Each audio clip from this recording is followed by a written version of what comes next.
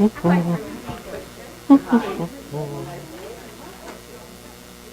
you. Good morning. Oh, saw your commercial. Thank you. We want to try to plug back in the other microphones. Huh? Yeah. Hopefully we'll get our other ones back here soon. They're trying to repair it now. Good morning. Good morning. Got my coffee. I'm ready to go. October calendar. Article on the back by Janice. And anybody interested? We've got a bunch of frozen meat. Linnell has a bunch of frozen meat. If anybody's interested in something like that, talk to her. Free, I guess. So let's see. Good T-shirts. Ammo's expensive. Don't expect a warning shot. I'm retired. This is as dressed up as I'm going to get. I saved someone's life today. Well, I resisted the urge to strangle the life out of this idiot, so pretty much the same thing. So, that's good. That's good. It is pretty much the same thing. Qigong every Sunday morning at 9:15, Sunday services. Christopher's here today. See, it says so right here. So, emotion code tomorrow. A video map of consciousness by Josie. Oh, is that what you wanted to talk about? Well, this would be perfect time. The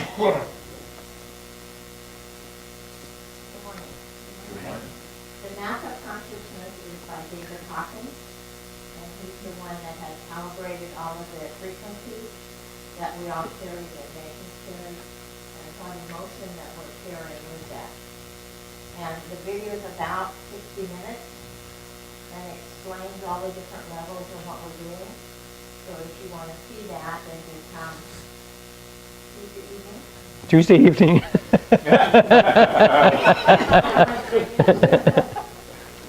6:30.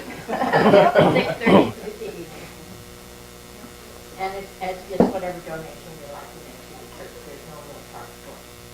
Also, I want to announce that I still have some openings for this weekend class of the A-Word process.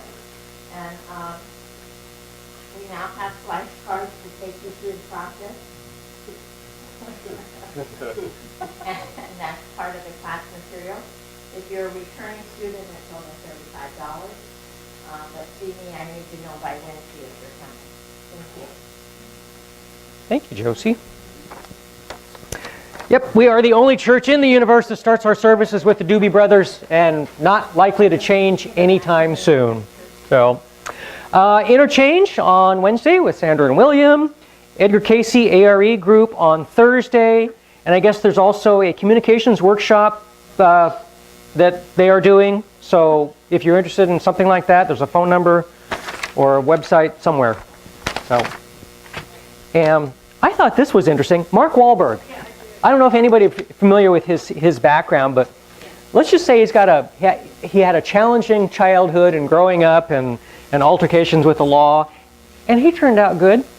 But what I find, this is really, really well said.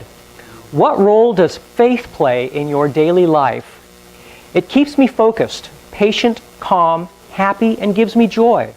I start and end my day in prayer. It keeps me grateful, humble, hungry, committed to trying to do more and be more positive. It is the reason for everything good in my life. What a nice, I wish everybody could say that. I really, really wish everyone could say something like that. That is just spectacular. So, and we do have a couple patron saints by the name of George Carlin and John Lennon. So, and George said, I used to be Irish Catholic. Now I'm an American. You know, you grow. And I've been a recovering Catholic for eons. So, but you know, I was talking to a priest over at St. Joe's a number of years ago, and we were just yakking, and I said, you know the first thing in my life I remember? And he goes, what's that? And I says, being baptized. And he goes, really? And I says, yeah, I was 2. And he goes, well, that's almost impossible for you to remember that. And I says, really? you ever been to Our Lady of the Lake over in Seattle, the old building? And he goes, yeah. So I proceeded to describe what the place was for the baptisms. And of course, it was torn down in probably 58, 57, somewhere in that area. It was a long time ago. And he looked at me and he goes, well, I guess you do remember. So interesting. George said, though, no, John said, I already read George. Yeah. I get confused. You may say that I'm a dreamer, but I'm not the only one, and I hope someday you'll join us, and the world will live as one. You gotta make a song out of that one. Boy, I'll tell you, they should do that. Things that make you go, What's amazing is we've been reading out of this book. I go all the way through, and then I go back, and I go through it again. I think, I've lost track of how many times I've been through the thing over the last 19 years. But almost every time I end up doing other ones that, like last time, I didn't like. So either I'm changing or the world is changing. You're growing. So I'm growing, Yeah. The fool doth think he is wise, but the wise man knows himself to be a fool. William Shakespeare, obviously. All professional men are handicapped by not being allowed to ignore things which are useless. Van Gogh. So, we should rather examine who is better learned than who is more learned. So, stop. Almost had an avalanche. All right. Men who practice the first crude attempts to cultivate selected plants. This is where you get to actually learn something at church. It's really useful stuff. Yeah, right. Men who practiced the first crude attempts to cultivate selected plants were annoyed by the intrusion that they didn't want in their fields. From a variant of the term from wild, early Saxons used weod, W-I-O-D, to name any obnoxious plant. So old and important is the word that is found in documents dating back to the 9th century. The spelling was modified slightly so that the earliest of English farm manuals agreed on stressing the necessity that weeds be kept under control. Many varieties were given individual titles: cudweed, duckweed, dyer's weed, hogweed, ironweed, knotweed, milkweed, mugweed, and so on. In spite of the multiplicity of names for the specific kinds of intruders, the ancient all-inclusive label clings in speech as a reminder that farmers must remain vigilant in their effort to protect cultivated fields from the encroachment of sturdy and aggressive wild ones. Interesting. You spend a little bit extra time doing that, don't you? So. All right. French sculptor Frederic Bartholdi's original design of the Statue of Liberty, called Egypt Carrying the Light of Asia, was intended to be placed in Port Said, Egypt, to commemorate the completion of the Suez Canal.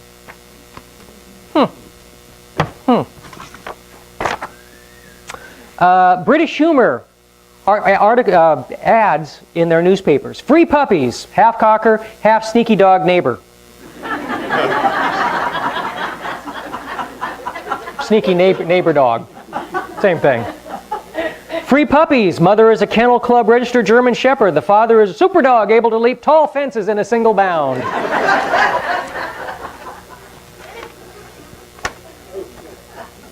Sunday school teacher was discussing the Ten Commandments with her 5- and 6-year-olds after explaining the commandment to honor thy father and thy mother. She asked, is there a commandment that teaches us how to treat our brothers and sisters? Without missing a beat, one little boy answered, thou shalt not kill. Of course. Why do they say, I'm not even going to do that one, sorry. Well, that indestructible black box that they use on airplanes, why can't they make the whole plane out of that stuff? Why don't sheep shrink when it rains? These are questions of the eons. All right. We're going to sing a song, and I actually remember which one it is. It's Deneen, As One, and if you're new or haven't heard any of Deneen's songs, I will guarantee you've never heard the song before. because she never really, I know, got it right here. I'm prepared. I actually remembered. She actually came to our 10th anniversary. We brought her in from New Mexico, and she gave us a free concert. We love her music. We just think her music is just this wonderful stuff. So we're going to play it. You can sing to it because it's singable. It's kind of fun. It's kind of fun. And in the meantime, Roy brought in a Scottish or Gaelic, I'm not sure which, prayer. I want him to read it. Where is he? There he is. You want to do that?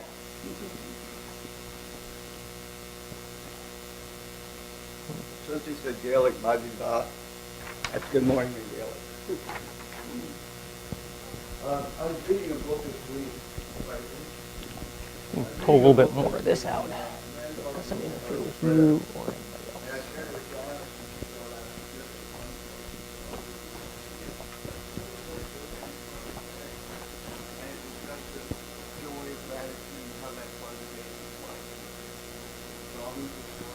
Is your microphone on?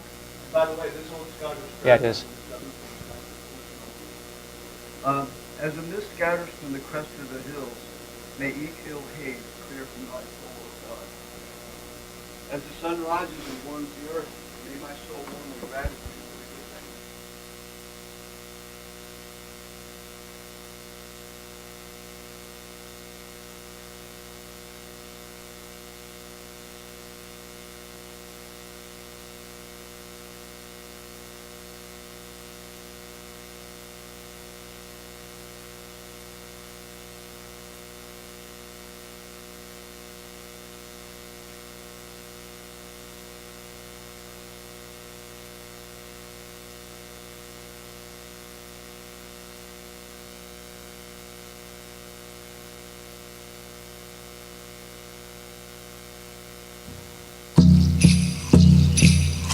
As one we walk this earth together.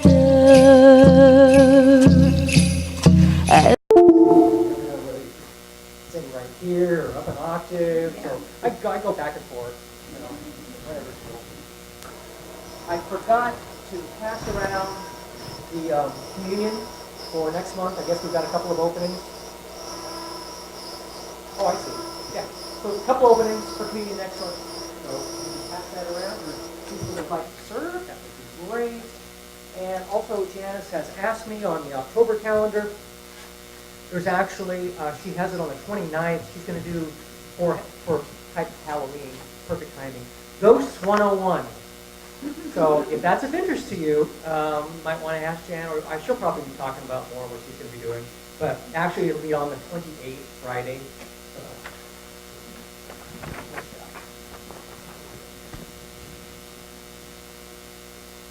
Just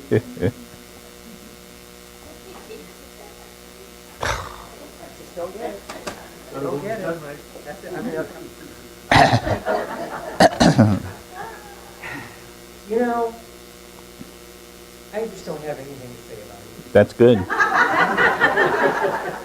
We are so fortunate that you've been doing this. It took us probably 10 years to get you to come do anything with us. But Was it that long? I think it was. Yeah, I'm not sure you did anything in the last building. And we've been Yeah, I here- did. Did you? Mm-hmm. Okay. So then that would mean you've probably been with us for 10 years because we've been 19 doing this Yeah. crazy stuff. So thank you. You're welcome.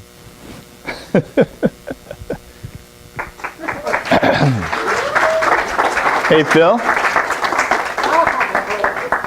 Thank you. I would have had to been really rude and interrupt, but I wouldn't have. Janice.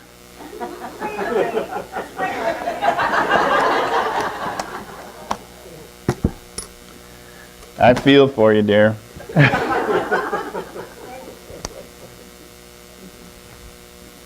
Okay. Is it even? Okay. I noticed I watched one of them once before and it was like...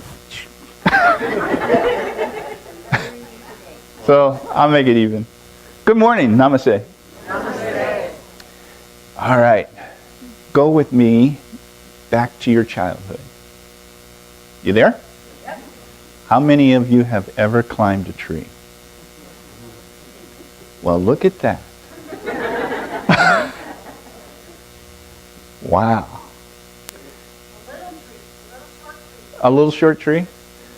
I climbed a great big maple tree back east, Connecticut. We have, and if you're ever back east during the fall, oh, it's beautiful. I mean, it's just gorgeous.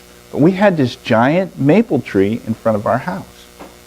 It was taller than the house. It was a 2-story house. It was a 4-family house, and it was nothing but my family that lived there. So I grew up around aunts and uncles and the whole 9 yards. It was pretty cool, actually. But this tree was taller than the house. And when I got to the top of the tree, because I like to climb up to the very top, I could look out and I could see the Housatonic River. So I know if you're not from Connecticut, Housatonic River, what's that about? Well, I'll get to that in a minute. But on the other side of the river was Sikorsky's, the helicopter place that made the helicopters. So I got to see the flying crane when they first developed it. They were flying it around my house, actually.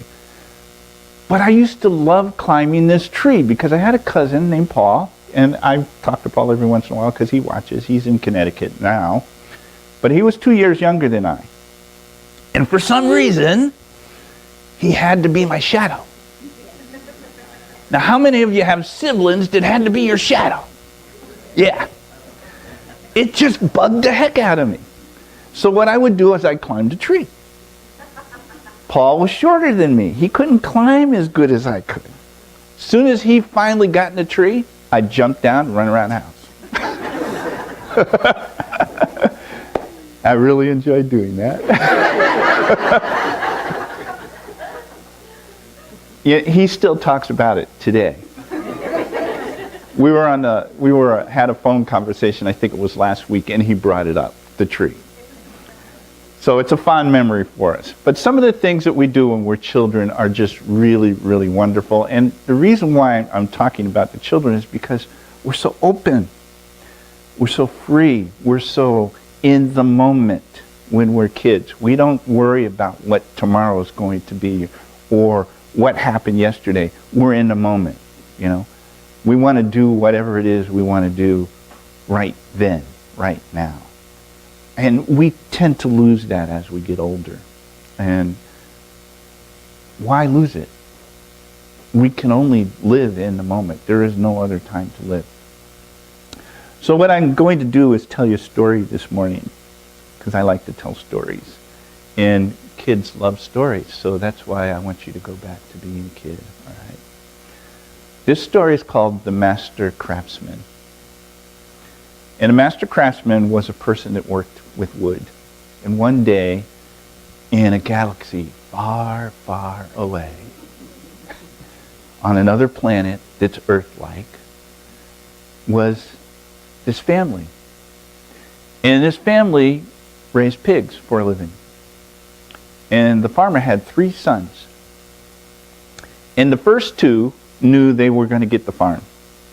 The youngest son didn't care if he had any land, because the farmer had about enough land so he could split it between the first 2 sons, but not quite enough so he could split it 3 ways. But the youngest son didn't care. He figured he would work with his brothers or do something. Didn't matter to him. So one day the dad and the younger son are going into town. They hitched up the horse to the wagon and they head into town. And the kid likes to whittle on wood. So he was whittling on a piece of wood. And they go into town and they went to the general store and they got some of the stuff that they needed to bring back to the farm. And they got all that stuff and they went back to the farm. That evening, they're sitting down for dinner. And as they're sitting there, there's a knock on the door. That sounded like a knock, didn't it?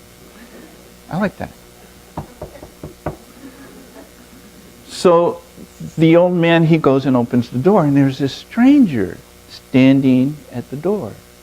And he remembers seeing him in town when they went into town.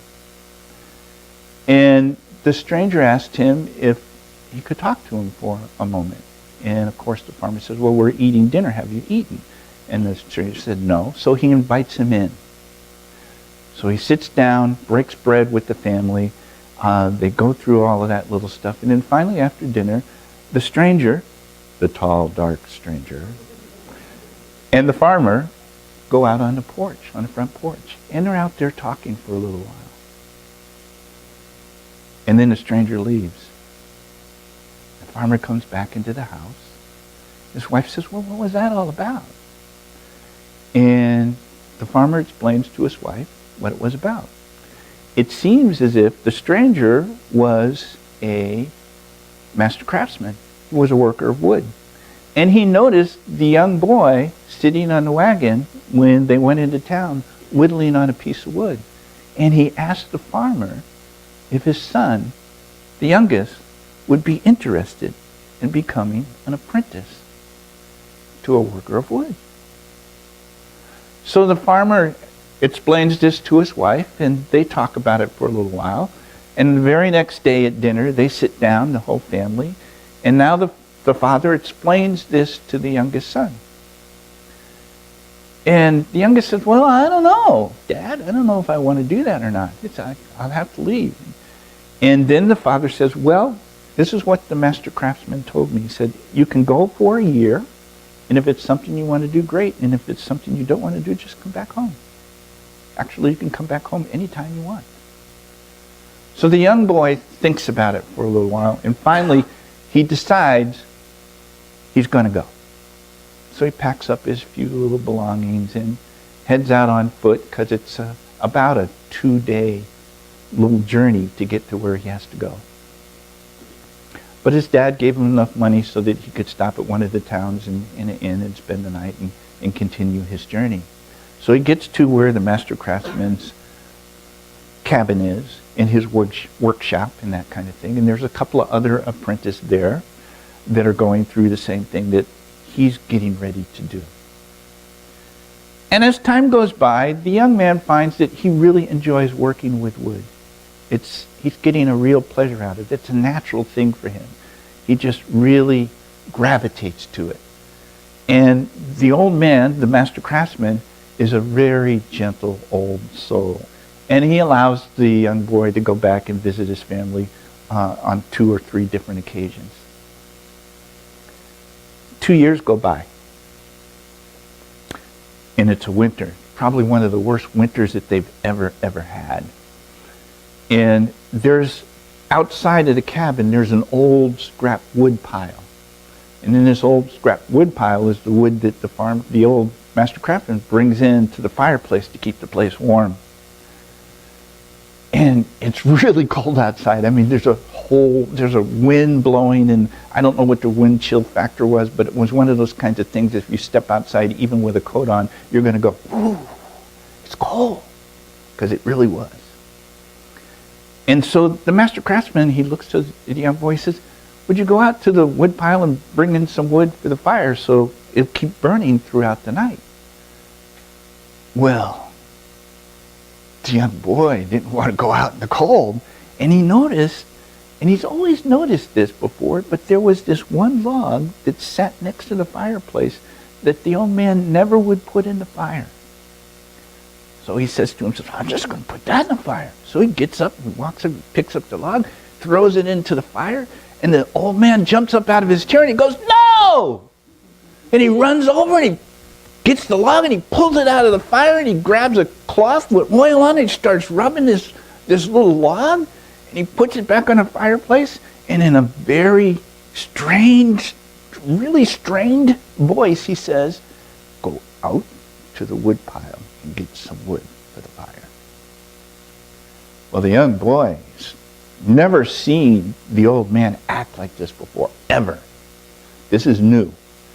And he's really nervous. He felt like he did something that was really wrong, but he doesn't know really what it was. So he goes out into the cold, gets some wood, brings it back in, stokes the fire, and it's good for the night. But he's upset. He knows something's not right, but he doesn't know what is not right. The next day, the old man acts like nothing happened. The young boy wants to know. He wants to know what did I do? What's wrong? And so finally, near the end of the next day, he finally confronts the old man. He says, what's going on? What's happening? What's the thing about this wood?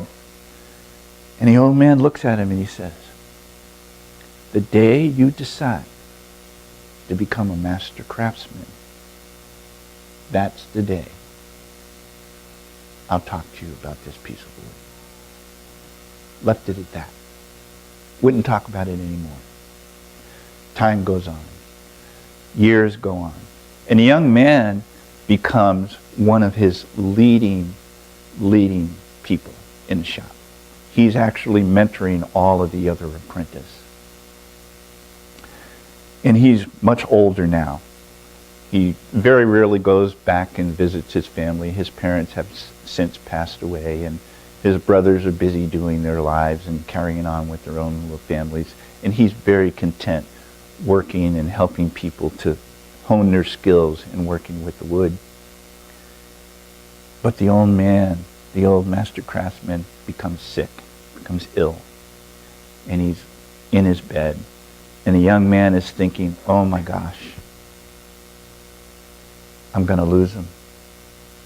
He's not going to make it.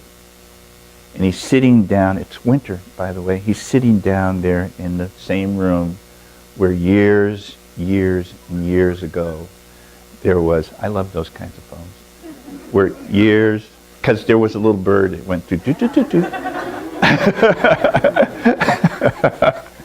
You got to flow with it. Okay, so he's sitting in that same room where many winters ago he had picked up this log and thrown it in the fire, and all of this stuff happened. Well, he never did, bless you, he never did find out what the reason was behind that. And he's sitting, and he looks across to the fireplace, and lo and behold, guess what? That same log is still sitting there next to the fireplace. So he gets up, he walks over to it, and he picks it up, and he looks at it. Now something has happened, because he's looking at a piece of wood that has a grain that's running through it. It is a work of art. It's just beautiful, beautiful, gorgeous. He now has the skill to recognize just how valuable this one piece of wood is that he did not have when he was a young man. But now he knows, he sees the beauty in this wood. He sees how gorgeous it truly is. And it could be made into anything, but because it's so beautiful, the master craftsman didn't want to even mess with it. He just kept it as it was because it was so rare. So he tucks the log under his arm. He goes up the stairs, tears running down his eyes, and he opens the door to the old man's room. The old man's lying in bed, and he turns his head towards the door, and he sees the young man has the log underneath his arm. And this is what he says. So, today, you decide to become a master craftsman. And what happened was, he recovers from his illness. Him and the young man spend a number of years together, and they live a wonderful, wonderful life. So why did I tell you this story? Because within each and every one of us, there is this hidden potential, just like in that piece of wood that was sitting on the fireplace. And sometimes we don't see it. Sometimes we don't see it until something happens that's very significant, that makes us take a look at ourselves of who we truly are. And who we truly are amazing spiritual beings having a human experience. But sometimes we get caught up in the human experience. Sometimes we forget to look at the potential that is in each of us. And it's important to be able to do that. Hi, Toby. Important to be able to do that. If you just take a little bit of time to be with yourself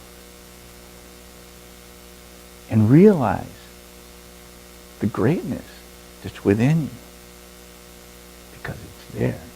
And every single one of you that's sitting in here, there isn't a single person that's excluded from that. Every single one of you have that greatness in you. Embrace that. Rejoice in that. Be happy about that. Sure, there are going to be things that are going to come down the road that's going to knock us off our center. That's how life seems to flow. But it can't take you out of being who you truly are. I don't care what circumstances you're going through. The fact that you are a spiritual being doesn't change. Nothing can change that. You're in complete control of that all the time. It's the difference between just walking around, just kind of letting things happen, or walking around being aware of who you truly are. And if you walk around being aware of who you truly are, that means every person you talk to, every person that you see, every person that you touch, every person that you smile at, you know you're sharing that which is in you, which is in them, with them. And slowly but surely, one person at a time, we can change the whole planet. One seed can make a forest. Just one seed can make a forest. One good deed can change the world. One good thought can change the world. One smile can change the world. It's very easy for us to get caught up in the mundane piece of living, to be frustrated about not being able to pay bills, to be worried about our health conditions, to wonder why people are looking or saying some of the things that they say to us. All of those things are mundane stuff. It's there. It's going to happen. It helps you grow. But you already are a spiritual being. You already are. I'm getting serious again. You know, I try to keep it light, but sometimes I get really serious. And it's important to me that you realize how beautiful each and every single one of you really truly are. When I look into your eyes, I see this spirit, this light coming back at me. And when you look at someone else's eyes, that's what you should see, because that's what's there. And it's just being aware that it's there. When I say namaste, I don't say it lightly. The spirit in me recognizes the spirit in you. And they are one, because we are. The earth is alive. The song that Phil picked this morning was perfect. It's perfect. It breathes. There was something I saw on Facebook. They did a time-lapse stuff of the seasons, and you'd see the planet, and you can actually see how the planet is breathing. It's alive. Everything's alive. Nothing's not. Nothing's not. And we know this. I'm not telling you anything. You know it. Scientists have already proved that there's more space in between the atoms that's in this thing up here and anything else. That, you know, we can go through all kinds of... It's amazing what we already know. And yet, somebody cuts you off in traffic. There you are. Right back in the muck. So don't let those things throw you, okay? Don't let them throw you. You're bigger than that. You're more magnificent than that. You are wonderful beings. Way beyond that. So let anything get in the way of who you truly are. Okay? Don't let anything get in the way of who you truly are. So, are we having fun being kids again? Are you going to climb a tree sometime later today? I'm planning on doing that. So, let me leave you with a little bit of words from the Tao Te Ching. I love the Tao Te Ching.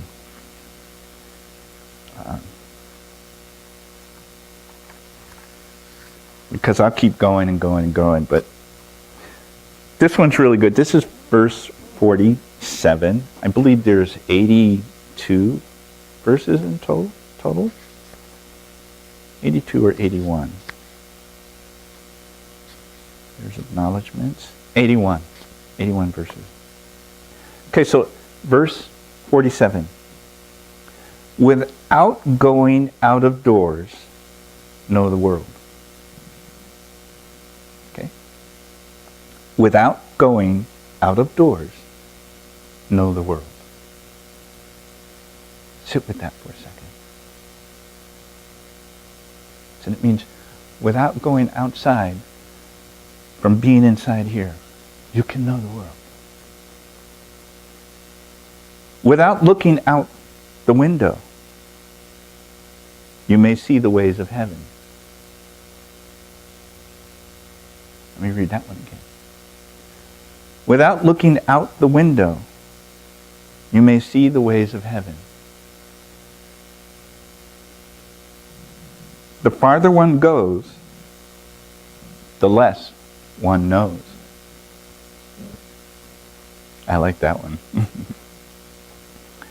The farther one goes, the less one knows. In other words, everything sits right here with you already. You don't have to go anywhere. If you do, you take this with you. Many of us go to nature to recharge. You're already taking this beautiful spirit with you out into nature. So you combine the two, and that's where we get the charge. It's not nature by itself. It's you being at one with nature. So it's both of you. Okay? It's both of you. It goes on. Therefore, the sage does not venture forth, and yet knows. Does not look, and yet names. Does not strive, and yet attains completion. I'll read that one more time too. Therefore, the sage does not venture forth, and yet knows. Does not look, and yet names. Does not strive, and yet obtains completion. You're already complete. Your whole beautiful spiritual being. Wherever you go to get your charge, wherever you go to find that peace, remember it's you, your spirit, mingling with whatever that environment is. It's a combination of the two.